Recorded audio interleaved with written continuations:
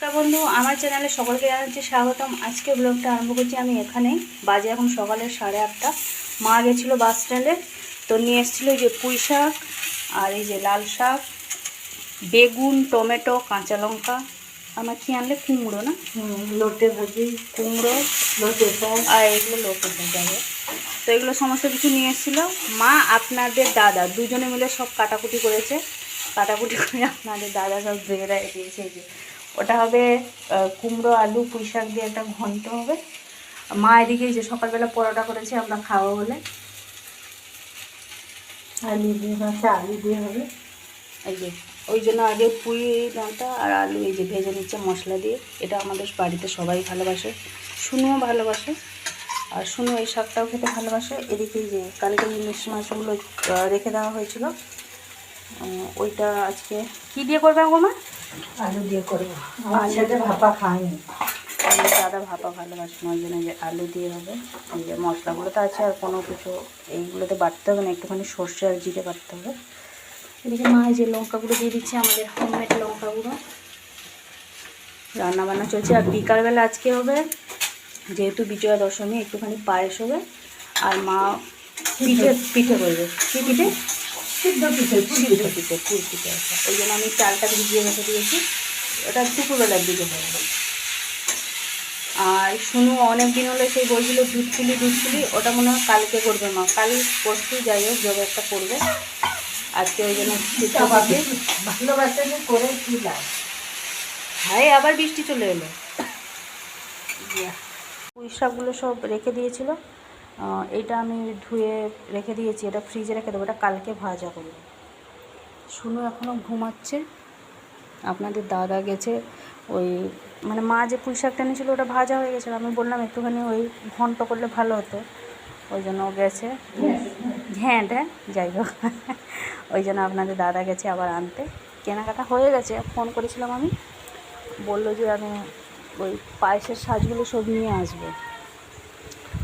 ওই জন্য সকাল থেকে ভিডিও করতে পারিনি। কেন করতে পারিনি? এই 3-4 দিন হলো, 3 দিন হলো। ষষ্ঠীতে গেছিলাম, আর সপ্তমীতে গেছিলাম মাকে নিয়ে, এবার কালকেও গেছিলাম নবমীতে।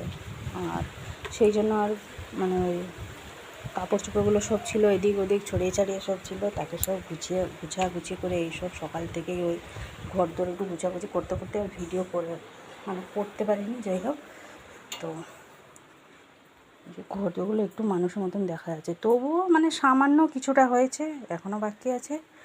আপাতত সব যেমন তেমন করে সব গুছিয়ে রেখেছি। ওই জামা কাপড়গুলো সব নতুন এগুলো, সেগুলো সব ভাঁজ করে সব রেখে দিয়েছি। চলুন তাহলে একটুখানি সর্ষে আর জিরে বেটে নিই মাছটার জন্য। ওই শাকটা ভাজা হচ্ছে, পুঁই এটা ভাজা হবে, আর মাছটা হবে। আর কালকে সে মাটনটা তো আছে ওদের, ভাপাতেও থেকে গেছে, কারণ রাত্রিবেলা আমরা কালকে ওই বাইরে থেকে খেয়ে এসেছিলাম রেস্টুরেন্টে। ওই জন্য আপনাদের দাদা, আমি, শুনু, আমরা 3 জনে কেউ খাইনি। মা, বাবা, কাকা এরাই 3 জনে খেয়েছে। আমরা তো এমনি ঘুরতে গেলে প্রায় সময় বাইরে থেকেই খেয়ে আসি, বাড়িতে খুব একটা খাই না তেমন। যাই হোক, চলুন এবার একটুখানি মশলা ওদিকে বেটে নিই। আর এই যে বৃষ্টি, আমার পিসি ফোন করেছিল, ছোটো পিসি, আমাদের ওদিকে রাত্রিবেলা থেকে বৃষ্টি হয়েছে, আমাদের উড়িষ্যার ওদিকে। তবুও তো এখানটা অতটা হয়নি, মানে স্বাভাবিক বলতে গেলে হচ্ছে, এতটা জোরে হচ্ছে না। ওদের ওদিকে পুকুর সব সমান হয়ে গেছে, পুকুর থেকে সব মাছ বেরিয়ে চলে গেছে, ওদের সব মাছ ছেড়েছিল বলছিল আমাকে সকালবেলা, ফোন করেছিল। আকাশে দেখুন কালো ঘন মেঘ। আপনাদের দাদা বলছিল ছাতা নিয়ে যাবে না, তবুও আমি ছাতাটা দিয়েছিলাম, নাহলে এই বৃষ্টিতে আবার ভিজে আসতো। কখন আসবে কে জানে। মার এদিকে পুঁই আর আলু ভাজাটা হয়ে গেছে, অন্যদিকে এই যে শাক ভাজাটা রান্না করবে বলে তেল দিয়ে দিয়েছে। ওই রসুন একটুখানি থেতো করে দেবে, লঙ্কা এইসব দিয়ে শাকটা ভাজবে। আপনাদের দাদা চলে এসছে, বাজার থেকে নিয়ে এসছে পুঁইগুলো, খুব সুন্দর মোটা মোটা পুঁই। এদিকে মা এই যে মুড়ি বের করছে, আপনাদের দাদা খাবে, আমরা এদিকে মা আর আমি দুজনে পরোটা খাবো। শাক ভাজা হয়ে গেছে, শশা সব নিয়ে বসে পড়েছি। ঠিক আছে, 15টা চলে এসেছি রান্নাঘরে। নারকেলটা কুড়ে নিয়েছি, এদিকে দুধটা নিয়ে এসেছি, পায়েসটা প্রথমে বসাবো বলে। আর এই যে আপনাদের দাদা তখন গেছিলো না, তারপরে কিশমিশ নিয়ে এসছে, একটুখানি বেশি করে নিয়ে এসছে, কারণ যেহেতু আমাকে এই ড্রাই ফ্রুটসগুলো খেতে খুবই ভালো লাগে।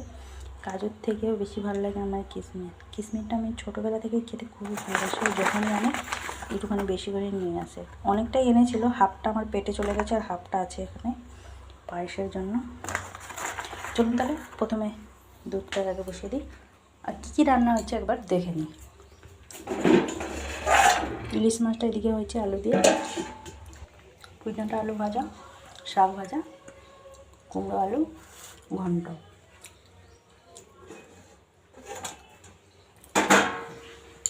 দুধটা এখানে প্রথমে ছেঁকে নিচ্ছি, তারপরে বসাবো। দুধটা সবসময় এরকম ছেঁকেই বসানো উচিত।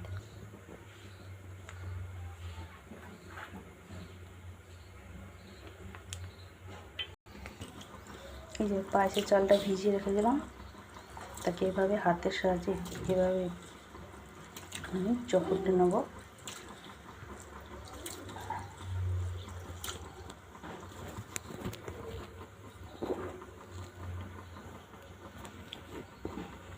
হাতের সাহায্যে ভালোভাবে একটুখানি চকুটে নিলাম। এদিকে এই যে দুধটা বসিয়ে দিয়েছি, একটুখানি গরম হলে তারপরে আমি এর মধ্যে চালটা অ্যাড করব। চালটা মানে ধুয়ে আর একবার করে এভাবে রেখে দিয়েছি, জলগুলো যাতে ঝরে যাক, তারপরে গ্রাইন্ডারে করবো, গুঁড়ো করবো চালটা। এদিকে এই যে পায়েস হচ্ছে, পায়েসের মধ্যে দিয়ে দিয়েছি চাল, কাজু কিশমিশটা ভেজে নিয়েছি সাদা তেলে, একটুখানি দিয়েছি তেজপাতা, খাওয়ার সময় বের করে নিতে হবে। 11:30 মতন বাজে, সুন্দর খাওয়াতে বসে পড়েছি। কালকের এই যে মাটনটা ছিল ওকে একটুখানি গরম করে দিলাম, ও মাটনটা নিয়েছি। এদিকে ওর জন্য পুঁই আলু ভাজা এনেছি, শাক ভাজা এনেছি। পায়েসটা ওদিকে রান্না হচ্ছিলো, যে মা আমাকে টেস্টের জন্য দিয়ে গেছিলো যে চিনিটা ঠিক আছে কিনা, দেখলাম চিনিটা ঠিকঠাক আছে। তারপরে আবার পিঠের সব জোগাড় যন্ত্র করতে হবে। শুনুন, এটাকে নিয়ে 3-4 বার মতন জিজ্ঞেস করা হয়ে গেল, পিঠে হয়েছে, কত বাকি আছে, কি হয়েছে। পিঠের এখনো আরম্ভই হয়নি। খাইয়ে দিয়ে চলুন। 2:10 খাওয়া দাওয়ার পরে আর বলুননি, মার আর আমার আর রেস্ট নেই। আমরা ওই পায়েসটা তো তখন মা করে নিয়েছিল, সব কিছু রেডি করে রেখেছিল পিঠে হচ্ছে বলে। এদিকে এই যে বাসনগুলোও আছে, এগুলো সব মাজবো এখন। মা ওদিকে পিঠে করছে, এই যে আমিও করছিলাম সাথে। জীবনে এই সেকেন্ডবার করলাম, বেশ ভালোই হয়েছে। প্রত্যেকবারে পেটে পেটে যেত আগে। একবার সেই আমাদের অজ্ঞান মাস করেছিলাম, তখন সেই মানে মা লক্ষ্মীর কাছে ভোগ নিবেদন করার জন্য। আর আজকে এই যে সেকেন্ডবারও করলাম। চাল গুঁড়ো করার সময় আর বলুননি, কত ঠাকুর কেটে কেটে চাল গুঁড়ো করেছি। যা তখন আকাশের অবস্থা, যা বজ্রাঘাত পড়ছিল, আমি বললাম এখন যদি কারেন্ট চলে যায় আবার সব শিলেতে বসে সব করতে হবে। যাই হোক, গুঁড়ো হয়ে যাওয়ার পরে খাওয়া দাওয়ার পরেই চলে এসেছিলাম মা আমি দুজনে মিলে। এদিকে ওই যে এটা আমাদের হচ্ছে ইডলি মেকারটা, এটা বের করলাম উপর থেকে। এদিকে এই যে সব কিছু বন্ধ করে দিল, করো জলদি। শুনো, হ্যাঁ কখন পিঠে করবে, আবার বলেছে দুধ পুলি খাবে। কিছুটা বেশি হয়ে গেছিলো চালের ডোটা, যেটা আমরা করেছিলাম মানে যেটা মা করেছিল, ওটা অনেক মানে বেশি হয়ে গেল। নারকেলের পুরটা যতটা হয়েছে ততটা বেশ, নারকেলটা অনেকটা বড় ছিল বলো মা। যা যতটা হয়েছে ততটা করেছি, বাকি চালের ওই ডোটা রেখে দেওয়া হয়েছে। শুনুর জন্য আবার দুধ পুলি হবে, দুধ পুলি খাবে। কটা তুই আজ পিঠে খাস আমি দেখবো।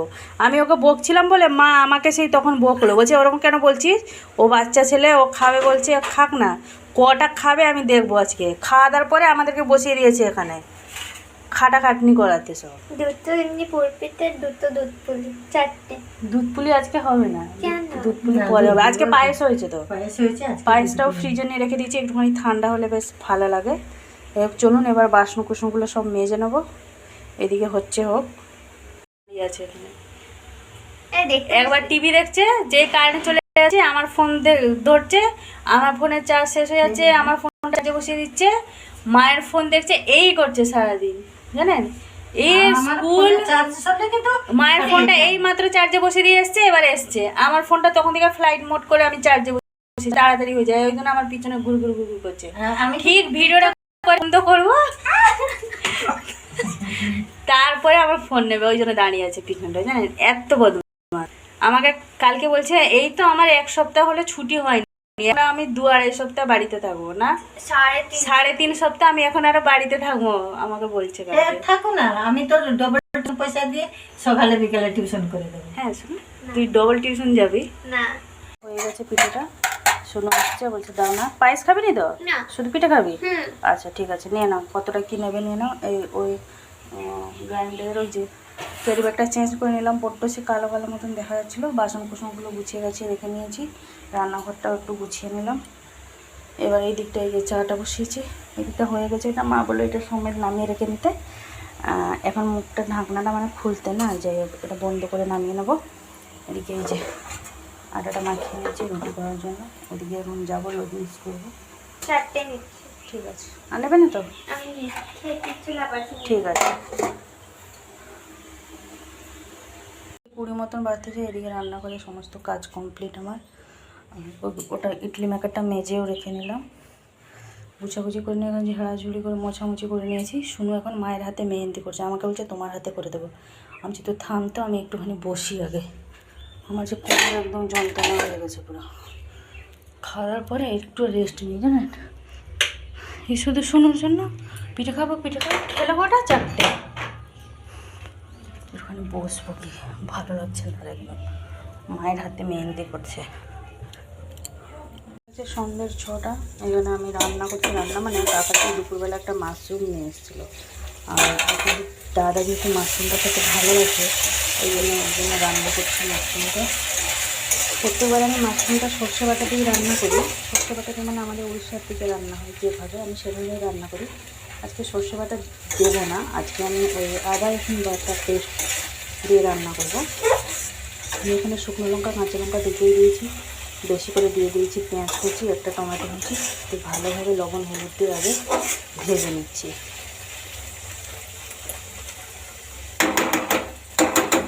চাষের মাশরুম না, সেদ্ধ হতে একটু সময় লাগবে, একটু না অনেকটা ভালোই সময় লাগবে।